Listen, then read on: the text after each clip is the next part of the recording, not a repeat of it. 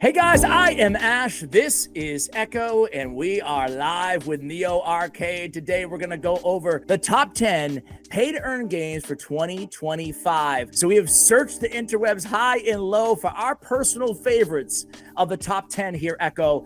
And this is what we came up with, but we want to hear from the audience as well. Is there a game that you are digging right now or that is going to be launched sometime this year that you guys are really looking forward to? Let us know about it. You ready to go here, Echo, or what? I'm ready to go, man. And I love it that you asked the audience for their favorites because we don't know all of them. We want to check out all the new ones that are coming. So to start it out though, let's talk about Shrapnel. This is one of those, this first person shooter. Now I'm a shooter guy, come from shooter roots. I love shooters. This is one of the larger Web3 titles that is really a solid shooter that players can come over from Web2, enjoy this game and really just enjoy it for the gameplay itself. Did you ever play shooters? Are you into that genre at all or what? Honestly, a little bit. Like I'm old, so I go back to like Halo 2 days, you know, like that was when I was at my prime with shooters. But of course, you know, through my career here on YouTube, I played a bunch of FPS like PUBG Mobile, COD Mobile, games like that. And the coolest thing is man, I want to, like, not to foreshadow later on to the video here, Echo. Off the Grid, I felt like it was one of the first games in the genre that really you can't tell. Like when you think Web3 or crypto game or pay to earn game, you think, okay, you know, no offense to Axie, but you think like very 2D, very basic. Yeah. But these are the first games that you don't even realize necessarily you're playing a pay to earn type game, which makes it even more, I don't know, for me at least, even more rewarding. Like, wait, I can make money playing an FPS that looks like this, you know? So it really, just like watching the gameplay right now in the background, it looks really good. Yeah, and I mean, that's the thing. We're here to talk about the games themselves, you know, pay to earn or not, it doesn't matter. It's about, is the game something that you'd want to play, even if it were an old school style Web2 game? And for me, Shrapnel is definitely one of them. Coming from, you know, shooter roots myself, I absolutely love this one. But I hate that you spoiled the other one for later on in the video, man. You had to go and throw that out there. Dude, I'm the worst. I am the absolute worst. Maybe we should just go right into it right now. What do you say? Yeah, let's go into that one. All right, so you mentioned Off the Grid, so let's dive into it right now. It was actually later on our list, but the list has no importance order. So Off the Grid is a really cool shooter as well. And it's one that has some impressive stats, Ash, that I want you to get into in just a moment. But what I like about this is the third-person perspective. I was a huge fan of Gears of War, one of my favorite games of all time, so I have a soft spot for that perspective, and this one, Off the Grid, brings that. It also reminds me quite a bit of PUBG with just how the whole gameplay looks and all of that nature, but it also, like Shrapnel, looks incredible. Now, get into some of those stats that you had here. Yeah, so it's a free-to-play extraction royale. It broke all kinds of records. This was the first game that we saw. It's built on the Avalanche. The first game that we saw that really just, what the frig, this could be the future, right, of you know, of the whole genre, of the whole Web3, you know, gaming sector. So it has NFTs, but it feels like it is a normal gaming experience. It feels very AAA. Like I said, it's Avalanche. This game, most popular free-to-play download game in Epic Game Store 3 days after the access release, right? It really took the world by storm. It put finally in a big way kind of these AAA Web3 games on the map, and it showed us, okay, this is what could be the future. It's super good. The graphics are great. Yep. Again, extraction kind of Royale. It's got the, you can, like, I played a little bit of it. It's awesome, man. Like, you can ride tanks. There's so many vehicles. Like, it looks smooth. It plays smooth. And it's a really, really popular, probably the most popular game on our entire list here as of today. Yeah, I would agree with that. And you know what? It's not a pixelated game that looks like a pile of dung. It looks great, it plays great, and you could throw it as a Web 2 game and it would be successful there as well, which is why it's one that we think is one of the most anticipated of the year. Yeah, absolutely. If you are a fan of shooters at all, you got to check this game out. Like, you can download it right now and play, and I think you will not be disappointed with it. It's by far, I would say, the most polished here on the list today. At number 3, we have Arise Across the Ages, and this is a game that's very different from the first two. It's more of an action style game. I don't want to say action RPG because the whole way that the camera comes into the game, but it reminds me very much, Ash, of a God of War style game. It's an action RPG-ish. Yeah, a little bit of hack and slash, RPG, action, adventure vibes as well. There's no actual, like, there's not a ton of gameplay, but you can see right now in the trailer, like, you can get a feel for it.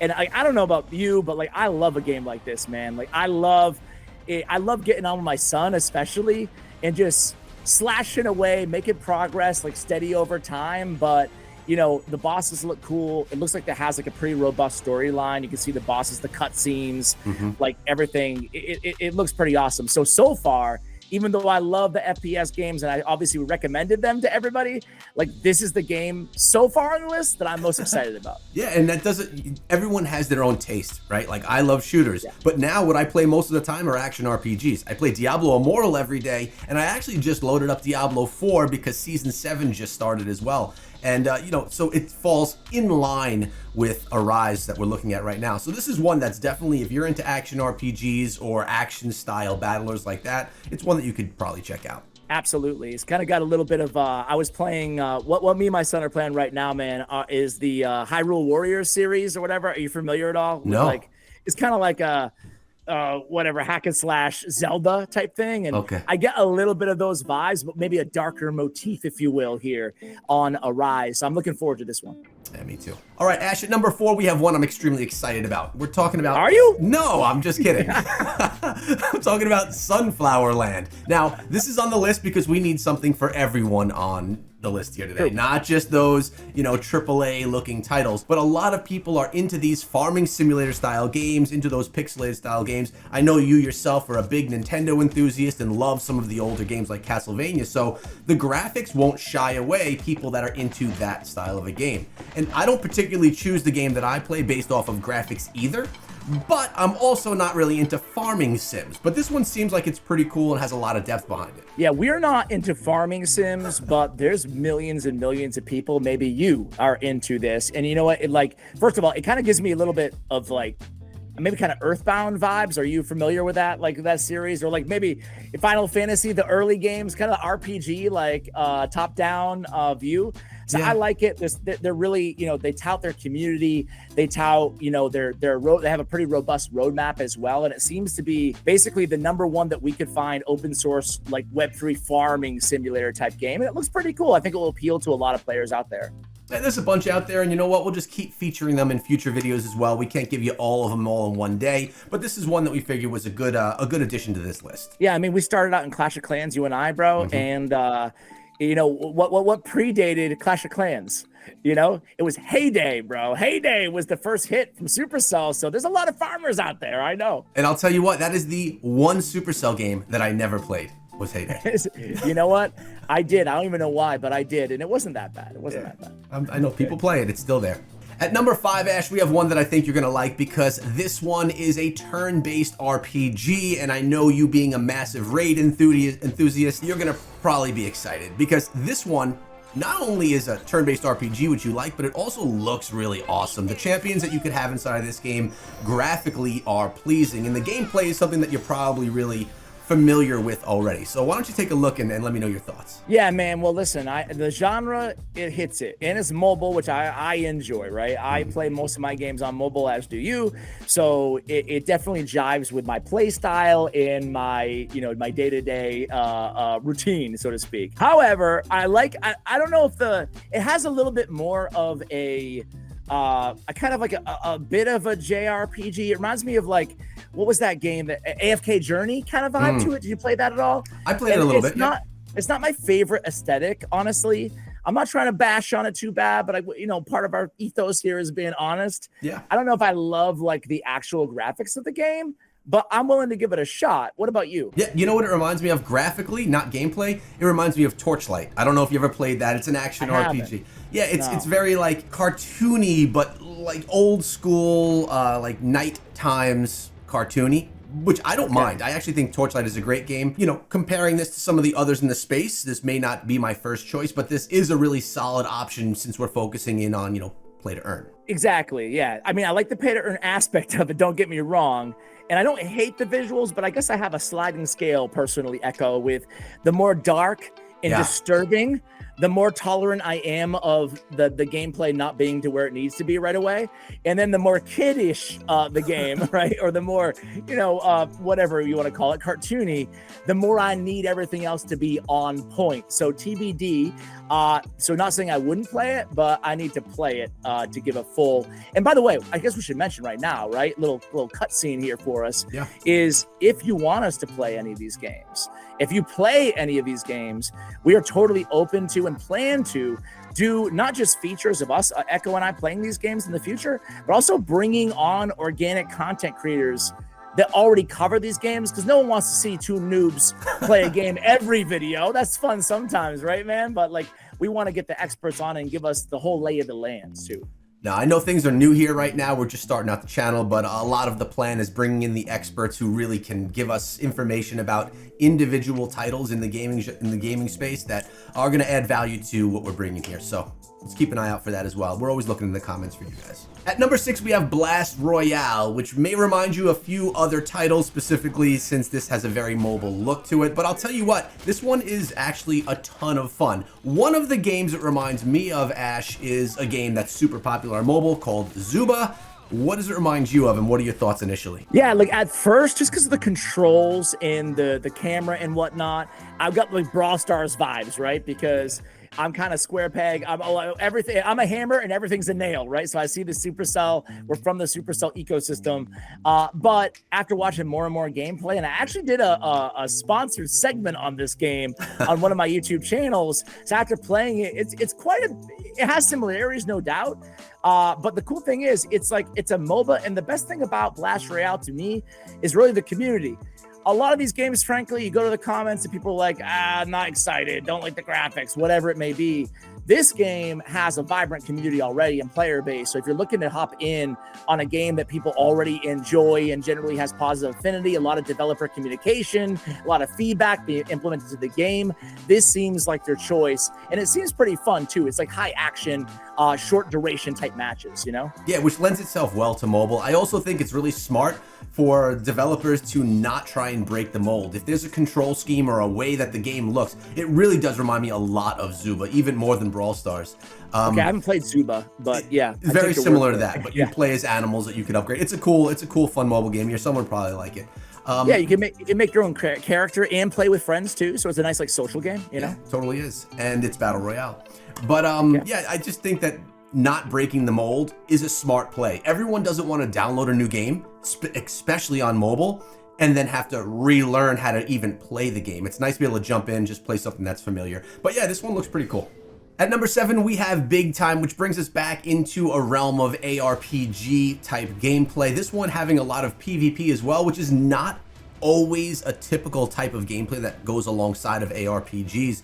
Graphics are a mixture of the cartoony look that you spoke of that you weren't the biggest fan of earlier, and a little bit more of an adult version of the cartoony look. It definitely doesn't have that bloody Diablo look, which we both really do like, but another action RPG option. Yeah, I like it. It's not very like pay to win. They listen to the user base.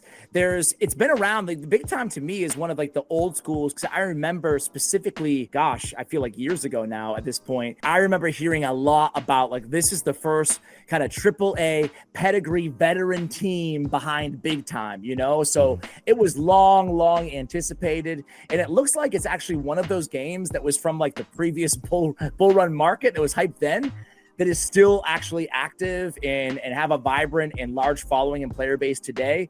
And honestly, it looks like they're still like updating the game and putting a lot of resources into it. They got a raise done recently as well. So let us know. I'm sure a lot of people watching this have probably dabbled in Big Time out of all these games. So let us know what you guys think. To me, I would not be opposed to trying out this game, with the only caveat being, Echo, and like, dude, like, it's a time thing. It's right in the name, right? Yeah. It's like, do I have it's very tempting to just jump into an easy hack and slash or an easy FPS or an easy quick match of whatever. But when I have to build a farm, or when I have to build an RPG and build, heroes or champions and stuff, then that's where I get a little bit more intimidated. So I'm kind of on the fence, even though the game looks good.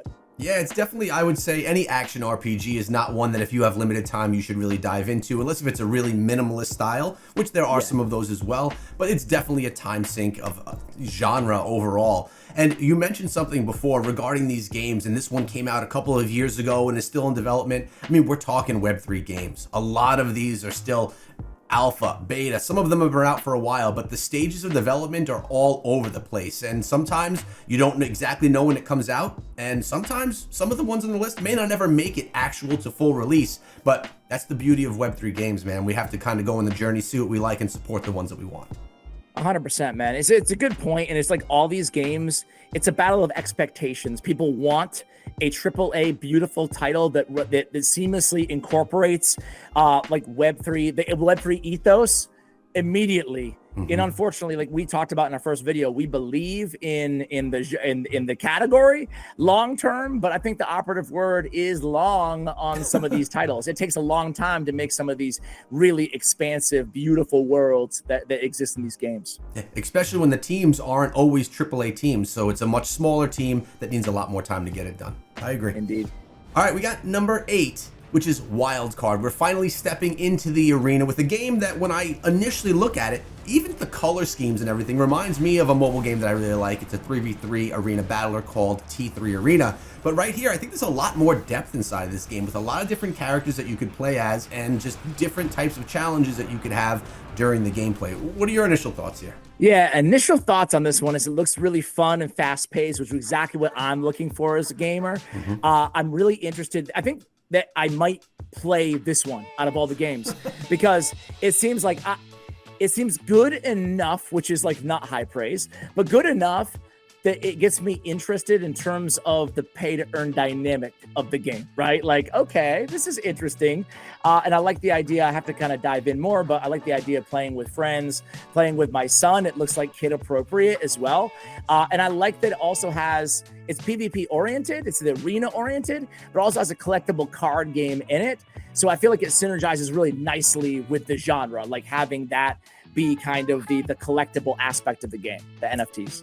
Yeah, and you know what else? It screams esports to me as well. This is the game that's like just, it's in the arena. You could have competitive based gameplay right here against other people, whether you want to do that on a higher level in tournaments or just set up things with your friends. It's probably the first one, not that you can't do it with some of the shooters we discussed, but this one just like screams, let's build out tournaments, let's hold events, let's put together some big things around this game. I think that is the biggest standout point here for Wildcard. Yeah, we do this for a living, as we said in our first video, that we were both in the marketing, the influencer marketing category in our companies. And I don't understand why games like Wildcard don't, frankly, and I'm not saying Wildcard, like they might have their own roadmap and whatever, but like generally speaking, why don't we have more events around the game, bringing a bunch of creators together? Because this would be really fun to watch my favorite creators duke it out in an arena battle format that's pretty easy and intuitive to understand, like Wildcard, you know? Yeah, I mean, I think that's a huge, a great marketing strategy for games like this. It gets everybody hyped, it gets them knowing about the game, and it gets people wanting to be one of those competitive players as well. It inspires people to be really good at the game, which then gets people that are going to want to play the game and spend a lot of time playing the game. I think it's a huge win, but overall, I think this game has some legs. I think it could do really well. For sure, me too, man. Cards of Eternity, the Wheel of Time comes in at number 9. And Ash, I'm not a big card battler guy. I love the whole idea of them, and I get inspired to be really good at them. And then whenever I dive into a card style game, I realize that I just don't have the patience to, 1, learn what all the cards can do, and 2, the gameplay is just a little bit more lackluster than what I'm looking for as a gamer. But I know I'm in the minority with games like Marvel Snap, Hearthstone, and more. This is definitely a really popular genre, and from the looks of this game, it definitely has a great graphic element to it. It has like a dark fantasy feel, which I really do like. But I know that you have some experience with at least a similar genre. What are your thoughts? Yeah, man, this is really cool. I feel like this fits the pay to earn like category better than any genre, because it's like, it's almost like, I don't want to be too degen-y here, but it's almost like poker, you know, not really, but it's a card game associated with earning mechanics, right? So it's a beautiful blend. I have not played, in the audience, and you are going to absolutely kill me, but I think this is the new game that I want to play the most on the list, because I want to see if it's good. I mean, that's the big thing, right? If the actual strategy, right? If the mechanics aren't really there, then it doesn't make that much sense. But if it is, it looks great. It looks compelling. The gameplay and the, not just the aesthetics, but also like what we can see for text on these cards. I mean, I'm a way old school MTG fan back in like Ice Age and Revised in the late 90s. So I love strategy card games. To your point though, I need to know that it's good. I need to sniff out a good game before I'm investing my time into learning all the dynamics and the game theory in each individual game. No, I agree. And there's two things that I need to address here. One, I think this genre probably lends itself best to Web3. I mean, the NFT integration into a card game is just super easy. It's literally like sports cards or Pokemon cards, but they're in a digital form. So it's super easy integration. Second, I'm a massive poker fan. I heard you bring that up. I mean, I used to love, remember the Moneymaker days when Yes. Dude, I was going is that to like be the party poker days? The party poker days? I was going to be a pro poker player, man. I mean, I was going to happen. It never did happen. And then everything crumbled, right? It all did, but I do love poker. Yeah. All right, that's enough of a sidebar there. But I think this one does look cool for anyone that's into the genre. At number 10, we have Illuvium. Illuvium, I was really excited about back in the day. I think the game looks absolutely incredible, and it has two different types of gameplay, actually three different types of gameplay. One is the open world exploration, which I think is really cool and I really like in all games. Two is the turn-based strategy where you have that auto chess style gameplay on the game board from the things that you find in the open world and upgrade. And then you even have like card opening things from Battle in the Beyond, which is a little mini game off of Illuvium. So this is a game that I think has the opportunity to do really awesome things. It's just not particularly doing as good as I would like it to be doing right now. With that said, I think it's gorgeous, and I think the gameplay is really fun as well. What are your initial impressions when you see this one? Yeah, similar to you, I've knew about Illuvium for years and years at this point. And I know that there's kind of a community sentiment is mixed, let's put it that way, on Illuvium. I do think there's a promise with Illuvium, and I know they've had like a lot that's gone into it in terms of reworks over the years, you know, and innovation. So on one side, I do love the aesthetic of the game. I think it is a nice looking game. On the flip side, to be pessimistic, and what's just to be honest, what's prevented me to actually download and try the game and invest a lot of time into it is maybe they're doing a little bit too much, you know. To your point, there's three different, there's the arena, there's the Overworld, there's Illuvium 0, and it's like maybe there's so much going on that maybe just focus in on one area. And again, I'm kind of talking out of my behind here, bro, but like maybe focus in a little bit on one area and get that perfect and then expand versus just going in every direction full steam ahead. But you know, you guys, this is out of all the games that we mentioned, this is the one that I most want to hear the viewer feedback, because I feel like people could love it or hate it in the comments, frankly. Yeah, and it's one of the best looking games too. And I think when this one was being made, Web3 and Web3 gaming was pretty new. And I think they were trying to get into a lot of those areas to talk about, you know, they're doing so many different things. I do think that the gameplay is good in all the areas. The graphics are definitely on point for someone that really cares about that type of game or that type of element inside of a game. At the end of the day, it's been going on for years, and it's just not as popular as I would expect it to be right now for the quality of game that it is. Yeah, very interesting. Again, I'm looking for some viewer, especially anybody out there played Illuvium or still plays. Let us know what you think in the comments. I definitely have a couple of friends in the space that are big time Illuvium people. We should bring someone on the show to talk about their experience. That would be a fun one, like a long form interview of like where it started, where it is, and where it's going, you know, from their vantage point. I think we should make that happen. All right, let's do it. All right, guys, so there it is. Those are our top 10 pay-to-earn games, Web3 for 2025. I'm sure we missed a few, like I said at the beginning of the video, so let us know what you think we skipped or what maybe shouldn't have been on the list as well, especially if there's a game in a genre that you're an expert on, that you think there's a better option out there. We can redeem ourselves, Echo, by playing some of these games. And lastly, on my side, before we sign off, I really want to hear any creator recommendations that you guys have that we have to bring on who covers one of these games or another game that you're a fan of, so we can get them on and really take that kind of, that interview approach and learn more on the fly, because that's what I'm most looking forward to here, Echo. Yeah, man, no redemption needed either. We're here talking about video games that we think have potential, that we think look really good. And I love what you're saying here about bringing in the community as well. We'll have that in coming in an upcoming episode. We appreciate you guys watching this one. Make sure you stay tuned to the channel, subscribe. We'll see you in the next one.